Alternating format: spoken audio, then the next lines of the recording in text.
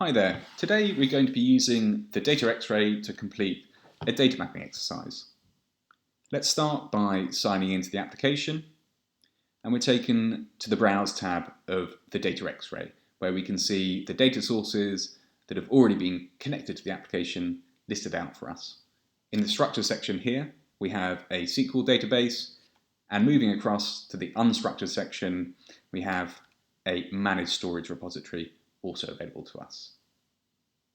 In this tab here, I have a Google Sheet open. We've taken this from one of our clients. It's a template doc that they use for their own data mapping purposes, and it will be where we're going to be recording our conclusions today. Moving back over to Data X-ray, let's start with the structured data source.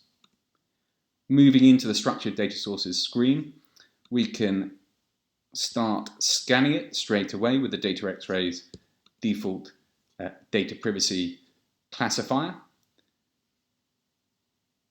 And that took a few seconds to complete that analysis. An individual going through the same quantity of data would require certainly many hours, probably days.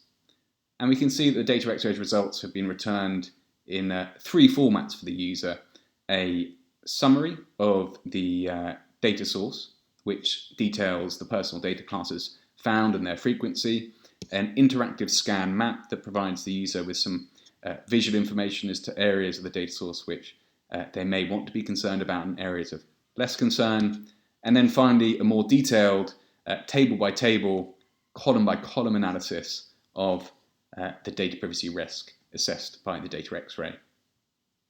So there's a good deal of data there for the user presented very quickly off the back of that scan, and we can start using it straight away to answer some of these core data mapping questions around: is there personal data there, and what type of personal data is it? So here we can see we've got names, emails and addresses. So let's enter that into the data map.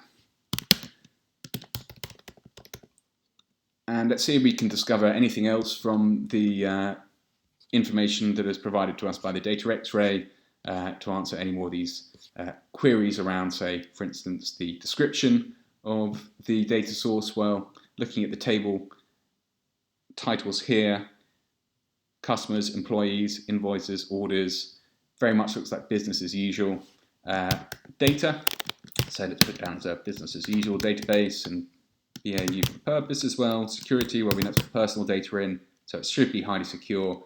And then for some of these more granular elements, we'll have to go back and speak to the actual custodian of the data source. But on subjects, at least, we can put in customers and employees. Source is internal, and these remaining questions we will have to go back to the custodian for.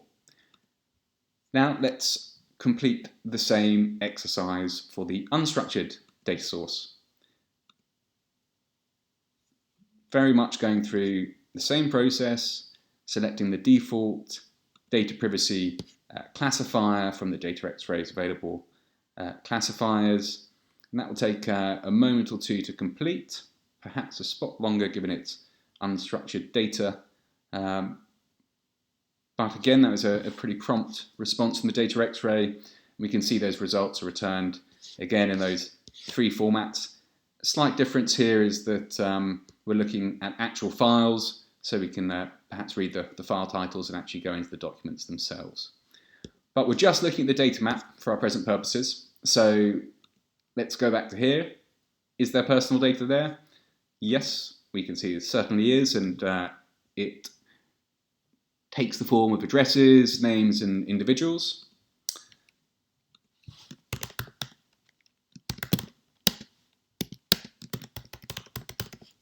And let's see if we can very much conduct the same exercise against the contents of this data source. Well, this all looks like pretty straightforward, business as usual, legalistic looking documents.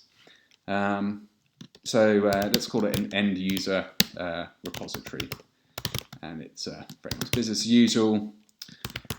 Same reasons we're going to determine its high security given its personal data risk. Data subjects, we have Not a huge amount to go on. An internship agreement, though, makes us think that potentially we're looking at employee data.